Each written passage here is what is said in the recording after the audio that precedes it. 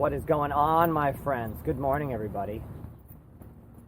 We're here in my hometown, St. Catharines, Ontario, Canada. And I've come back to my, I guess, kind of one of my original home parks. We're here at the St. Catharines Skatepark.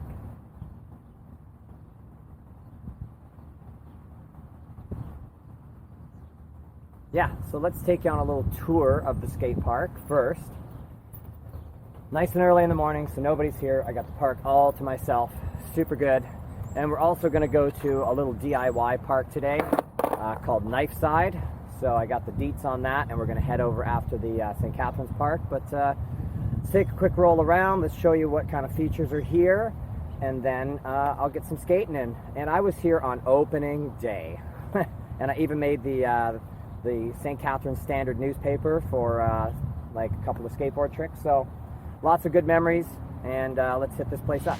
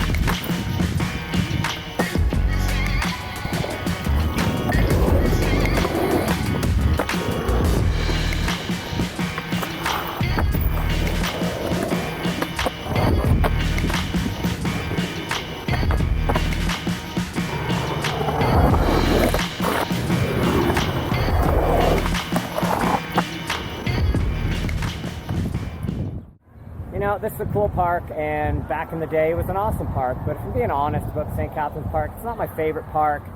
I don't really feel like this is the best design, but this is an older park, man. This was built back before like new modern designs and modern obstacles and maybe even modern concrete techniques were around. And it's getting old, it's a little worn, and there's cracks and things like that, but look, it's a fun skate, and if you're a local in St. Catharines, this is an awesome little park. So let's go check out the DIY and see what's happening over there. So as far as I can tell, I have found the right spot, and apparently I just got to head down this trail up ahead, and I should be able to find it pretty easily. And there was even parking here. All right, let's go on a little adventure here and see what we can find.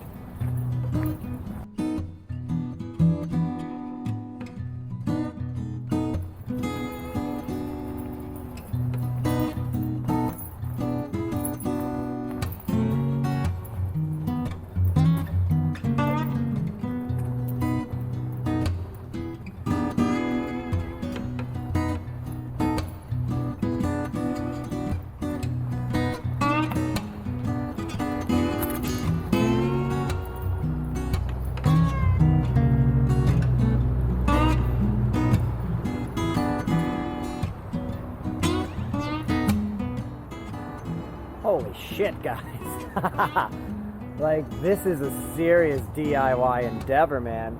They even painted this thing, man. This is awesome. To all the St. Catharines crew that has been working hard on this thing and putting it together, thank you so much. I mean, I'm here to skate this thing, and I didn't do a fucking lick of work, so I really appreciate everything you've done. Look, I put some DIY parks together back in the day in St. Catharines, so I tried to do my part when I was a young skateboarder, and I appreciate everybody that's done this. But that's enough talk, man. Let's fucking rip this place up.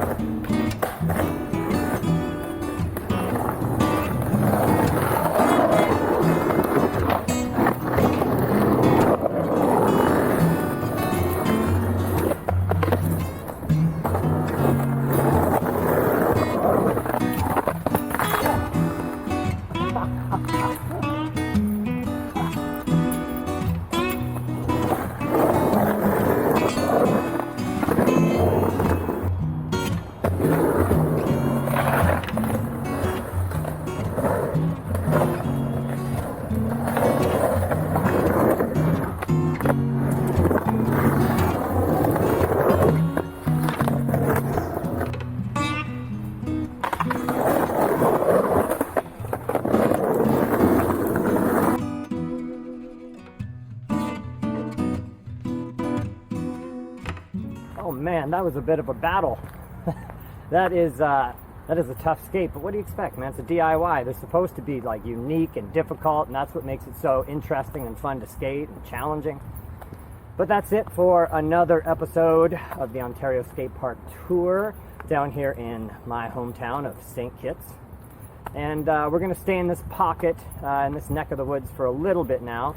So lots of parks to hit down here: Niagara Falls, Port Colborne, Fort Erie. So we're going to kind of make the tour around here and see how that goes. So until the next episode, hopefully you get out to a new skate park yourself and check something out and get inspired and stoked up and have a good session. But until then, I will see you in the next video at the next park.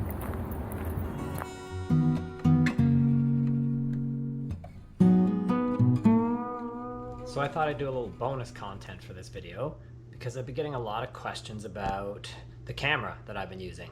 Some people have asked me if I have a little drone that I'm somehow using. For people that knew it was some sort of camera, they're like, how come you can't see the handle? What is going on with this thing? I've had people asking like how the camera follows me and all that. So let me show you my little toy that I bought this year. I don't know how prevalent these are yet, like 360 cameras. GoPro makes one, and this is the Insta 360. I went with the GoPro Hero 9, so I have that camera too, and then I use this for skateboarding mostly, and for my business as a dog trainer. When I'm making videos, I use this because it's a lot easier. I can get everything that I want to get in to the shot. So it comes with this little cover. So one of the downsides to the 360 camera is like these lenses are, you got to be very careful with these lenses. So it's got a pair of lenses, as you can see. It's a 360. It's got two lenses. So, you know, it's a bit of a pain in the butt because it's not like the GoPro that I could just toss in a bag or something, and I don't worry about the GoPro. It's a beast. This thing you got to be much more careful with. And basically what's happening is with these two lenses, it's filming 180 degrees this way, and this one's filming 180 degrees that way. And then what happens is it's got software in there, and when it makes your video, it's essentially stitching these two 360 or two 180s together to make a 360. And the reason you can't see the handle, like when I have it in the selfie mode and I'm holding it out, basically it doesn't film this line because the lenses start here and then the lens starts there, right? So anything in this line is not actually being filmed, and the software is stitching these two images together to create one whole 360 video. And that's why it doesn't get in, because often if you look, you'll see my hand has a little line through it or something where it's been stitched in the video because I'm holding the camera. And now that you realize this, as you watch the camera, as you watch me pan around a skate park or something like that, or follow me, sometimes you'll see a little sort of digital line that I go through, and that's depending, like if I have the camera this way and I'm traveling this way, then you'll see the line go, like I'll pass through the line. If I'm holding the camera this way, then the line is here, and then as I go by, it's just like a horizontal line at my waist or something. So it depends on how the camera's oriented as to where the line's gonna be. But yeah. Now, on the pros side, I mean, the footage is amazing. I can basically decide afterwards where I want the view to be at any point in that video clip. The downside is essentially you come home with like 60 video clips that you now have to kind of refilm, if you want to think about it that way. I basically go into these clips with an app on my phone, and I decide at this point in the video I want the camera pointed here, and then at this point in the video I want the camera pointed over here. So if I've got to follow myself, I have to put all these kind of key points in, and then so it takes a few minutes just to like design the video clip that you want, and then you got to render it.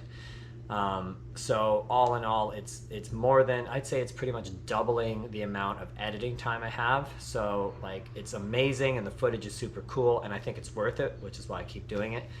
But on the flip side of this thing is very time consuming. To do all the editing work to the 360-degree video is very time consuming. All right, so here we go. This is what the app looks like. And then it wants us to connect the camera here. So off we go. So actually the camera also comes with this lens modification you can put in. because each of these pieces are modular. So if you wanted to buy just this camera, you can get a GoPro style lens, which is just a single forward facing lens, and then the 360 option as well. So you can see here, this is basically what it looks like. Let's just grab a clip from today, and it loads up, and then I have to do a few things to it. So it takes a second here for the camera to come up.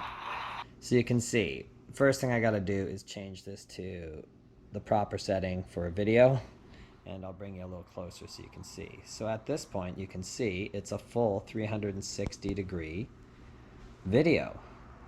Right, even shoots straight up. If we look down, you can see the little tripod there.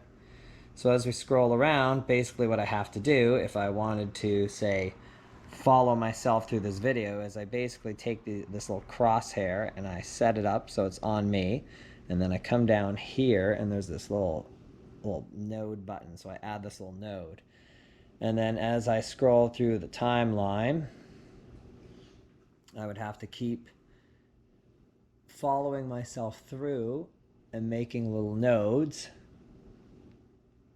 and then I follow through. So I'm just giving you guys an idea of how this works, right? And then once those are in, if I come back and hit play, you can see now the camera will begin to pivot and turn wherever I've set these key points, and then it will just keep following around wherever I wanted it to point.